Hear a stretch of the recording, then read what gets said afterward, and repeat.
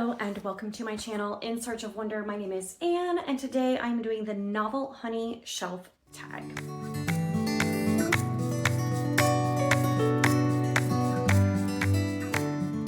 This tag was originally created by Essie, and I just want to say, Essie, where are you? I hope everything is going well with you.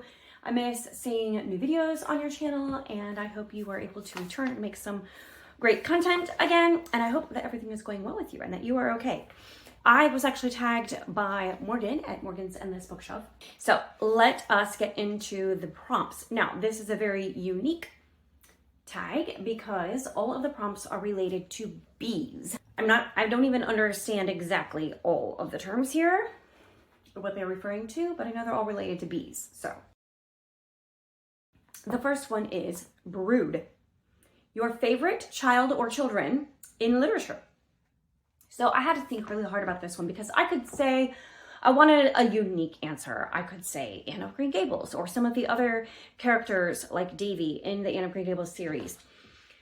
I could say the sisters in Little Women. I could say Jack and Jill, which is a book that I just read. There are many children's characters that came to mind when I thought of this prompt. But I wanted to think of one that I hadn't used for some of the questions, at least not recently or ever, actually. So I put on my little thinking cap and I thought about it and I came up with one. And that is Gavroche from Les Mis. And Gavroche is really one of those kind of sweetly pathetic characters, but he has a lot of charm and a lot of guts. And he's just this unique blend of all of those things that makes him very endearing, makes him a very sympathetic character. And his story arc is a smaller one in Les Mis, but it's also kind of important. He's not one of the main characters, but his life is both influenced by primary characters and his life affects the primary characters, and his storyline serves to illustrate some of Victor Hugo's points that he was trying to make in the story. But Gavroche himself is just such an endearing character that is charming and gutsy, but at the same time tugs at your heartstrings. Number 2, drone. Your favorite male character in a book. Now, I didn't get super original on this, but I decided at least not to say an Austen one. Okay, you gotta give me props for that. There is no Austen in this tag, guys. Like, I got creative. Anyways, I could list some Austen characters. I could even mention the Emma M. Lyon male characters like I did in my last tag that had a similar question, but no, I'm going with a different answer. I picked Gilbert Blythe from Anne of Green Gables. One of my favorite male characters, hands down, ever. Gilbert Blythe is perhaps even a more perfect hero of a story in a sense than Darcy because he's more approachable and more accessible, maybe, I don't know, but he's just a great guy. He's just solid, he is good, he is faithful, he is loyal, he is loving, he is humble, he's intelligent, he's just like the perfect guy, basically. Number 3, Hive. A house or home in literature that you find memorable. And again, guys, I'm not going to say Pemberley. I could, but I'm not going to. I'm not even going to say Mansfield Park or Northanger Abbey or Barton Cottage. No. I'm not even going to say Green Gables. I could say any of these, but no. I am going to say Mordred Priory. And what, you might ask, is Mordred Priory? Mordred Priory is from a book that I actually did mention in the last tag video that I did. By the way, in case you haven't noticed, in April, I'm kind of trying to catch up on my tag life. So I'm doing a lot of tag videos. So anyway, so in my last video, I mentioned The Doctor's Wife by Mary Elizabeth Braddon because the main character, she was very bookish, like she was into reading. She read a lot. And there is a house in that story. It's not her house, but there is a house in this story called Mordred Priory. And Mary Elizabeth Braddon goes into great detail describing this house and various rooms in this house. And it just sounds like like if money were no object and you could just live where you wanted to live, I would live there. In particular, Mary Elizabeth Braddon describes the library, I want to say, in more than one place in the book, and in such loving detail. And it sounds like the perfect combination of elegant and cozy and luxurious that I would love to live in the library. Just let me live in the library. You know, you can have the rest of the house. I'll just take the library at Mordred Priory. I found that to be a very memorable house. Now, the name is regrettable, but you know, Orientation Flight, a memorable coming of age character. And afraid I'm not going too far outside the box on this one, especially since I already mentioned a Lucy Maud Montgomery character, but I'm gonna say Rilla of Ingleside, only because for myself, Rilla is like the quintessential coming of age character. And I read Rilla when I was about her age, at the point that she is at some point during the course of the story. And I just really, what she went through, now I didn't go through a war when I was that age. I didn't experience the hardships that she did or the tragedies, but the daily things that she experienced and the ways people interacted with her or treated her or made us, whatever, like, and the ways that she reacted or responded and the ways that she grew throughout the story. To me, it just was such a perfectly well-written coming-of-age story.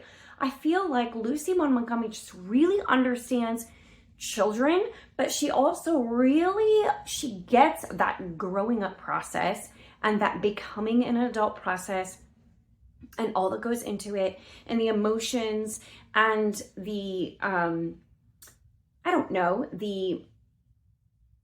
the frustrations and the struggles and the process of like losing the childishness, but trying to attain the maturity of adulthood or, growing older.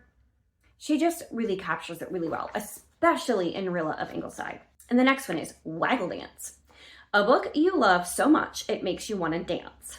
Now, I had a really hard time with this. Probably I'm taking it too literally and I'm just being too serious about this. Okay, that's often a problem I have, so I'm gonna admit that. But my biggest issue is a lot of times the books that I love the most, the books that impact me the most, are not the kind of books that like are happy make you want to dance kind of books. They're actually usually like really deep stories or heavy stories or stories that make me ponder and think about something, or stories that weigh on me a little bit. Those are usually my favorite books and the books that stick with me and the books that I remember. The books that make me happy and the books that make me laugh out loud or say, oh my goodness, this is so fun, you should read that. I know I've had them, but they fade away in my memory and I don't know. So I also thought, well, I could mention the Emma M. Lyons series. I did mention it in my last one, but we could throw that out there. Emma M. Lyons, so good, they make me want to dance. I can go with that, so that's an answer. But the one I wrote down was Born of Gilded Mountains by Amanda Dykes, which I read last year, shortly after it was released, and it was so good. And it deals with some heavy topics. There is some heaviness at parts in the story, but overall, there is hope and there is joy. There's so much joy in that story, but it's a joy that is born out of trials and struggles and circumstances and experiences and growth. So it's a really solid joy. It's a really full joy, if that makes sense. And so it is the kind of book that makes me want to be like sigh in happiness, maybe not dance, but at least sigh in happiness and be like, you've got to read this, it's so good. So that would be that one. And number 5 bonus is Do the Dance. I'm not very good at dancing. I'm very bad at dancing. So if y'all want a good giggle for the day, here we go. This is Anne dancing.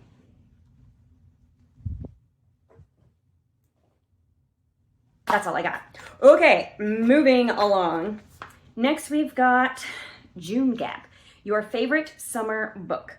And this one, I reached all the way back to my childhood, to a book that my teacher read to me, and that later on I listened to the audiobook with my children and they enjoyed it also. And I believe we listened to it when we were on summer vacation. And that is Gone Away Lake.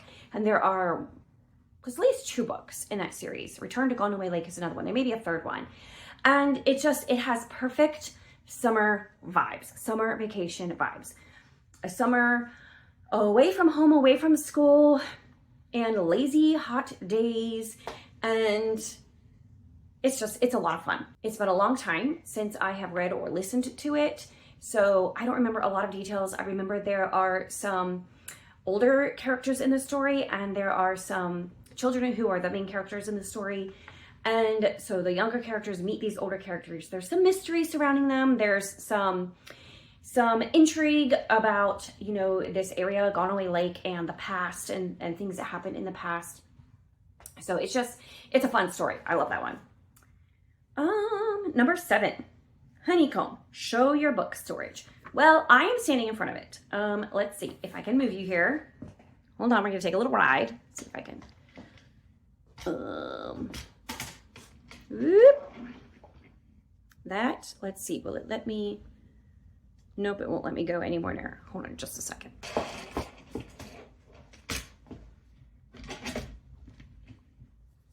There you go. That's my book storage. I really need more. Yeah, those shelves are pretty full. But I need to get like some smaller, like some IKEA shelves. Well, they don't sell this size. They sell that size. But I have seen where people get that size and then they cut it down to that, because see how deep this shelf is? So much wasted space. I could fit at least one more in there and squeeze some more books. Same on that side over there. And also I feel like this space would be better used if there were a few more, like maybe one more lengthwise shelf, maybe 2 on either of the tall ones. And then there's the middle shelf there, I think, could also benefit from possibly an additional shelf.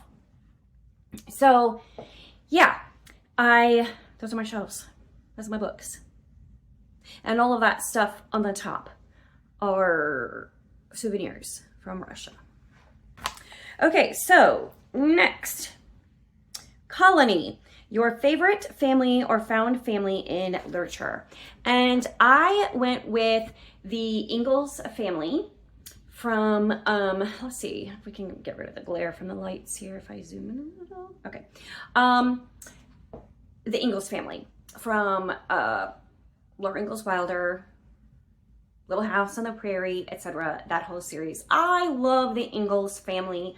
I love Pa. I love Ma. I love their relationship with each other. I love their relationship with their children. I love the children's relationship with each other. I love how they're real. They're all very real in the stories, but they're also so loving. And they're just good people, like they're not obnoxious or self-righteous or holier than thou, but on the other side, they're not arrogant and proud and or evil or anything like that. They're just like everyday salt of the earth kind of people that you would just really want to know. And that would be my favorite literary family. The good thing is they were actually real people. So Extraction, a book you have unhauled or DNF'd. And I didn't DNF it, but I did unhaul the 5th of March, which I have mentioned recently. So don't need to say any more about that.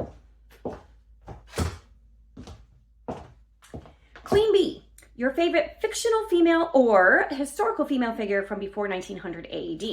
And so since we were allowed to include historical characters and not just literary characters, I went with Queen Elizabeth I, which I have read. Actually, I don't know that I've ever read any fictional novels about her, but yes, I have. I have read biographical novels about Queen Elizabeth I. I have also read biographies about Queen Elizabeth I and also her father, Henry VIII, and his six wives and all that mess. But Queen Elizabeth herself, I find an extremely fascinating character. And I would like to read more about her, fictional or non-fictional. And also, another one that comes to mind as I think about this is Empress Elizabeth of Austria, or Sisi as she was known. Again, I have read actual biographies, and I have read biographical novels, and I've watched the musical, which is really good. It's called Sisi. Yeah, that's what it's called. No, it's called Elizabeth. It's called Elizabeth. Elizabeth.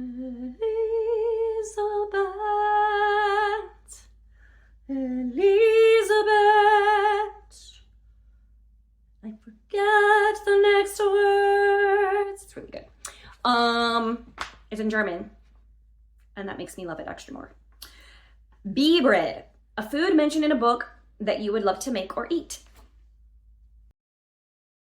Now, I read this more than a year ago and thought to myself, oh, I would love to make some of these recipes in here. And have I made them yet? No, I have not. One reason is because they're definitely very carb heavy. There's no low carb going on here. So, and they're just heavy in general. And some of them seem pretty simple. Some of them also seem fairly time consuming. So I just forgot. I haven't made any yet, but I really want to. There are savory dishes in here like Hopple Popple, which is like an egg hamburger hash, which sounds really good. And there are more like baked good items. Like there's a basic bread roll recipe, and then there's like a crumb cake recipe that sounds good. What's one of the ones that I saw in there? There's side dishes like scalloped potatoes and crispy egg noodles made from scratch. What is one of the baked goods ones that I wanted to? There's crumb cake. There was another one.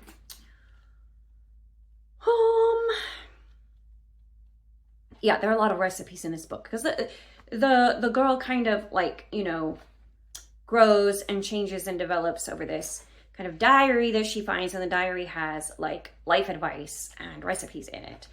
And I flipped through this like 2 minutes ago and found all the recipes, and now I'm finding none of them. Like, what in the world? There is a cabbage recipe though. So anyway, there are a lot of recipes in this one that I would like to try, more than one. Number 12, Granulation, the book you have left unread the longest, just sitting somewhere. I have a lot of those. Yeah. There are books on my shelf that have been there for many years. Yeah, let me see if I can just find one or two to show you. Here's one.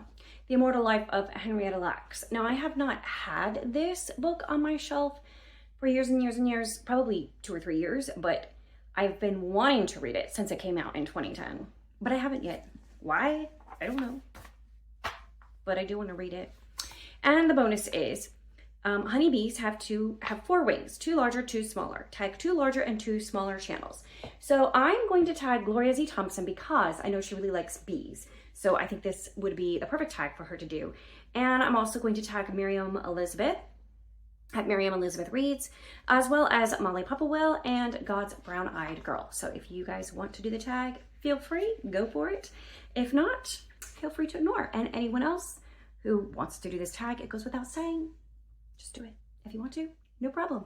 And I will see you next time. Bye.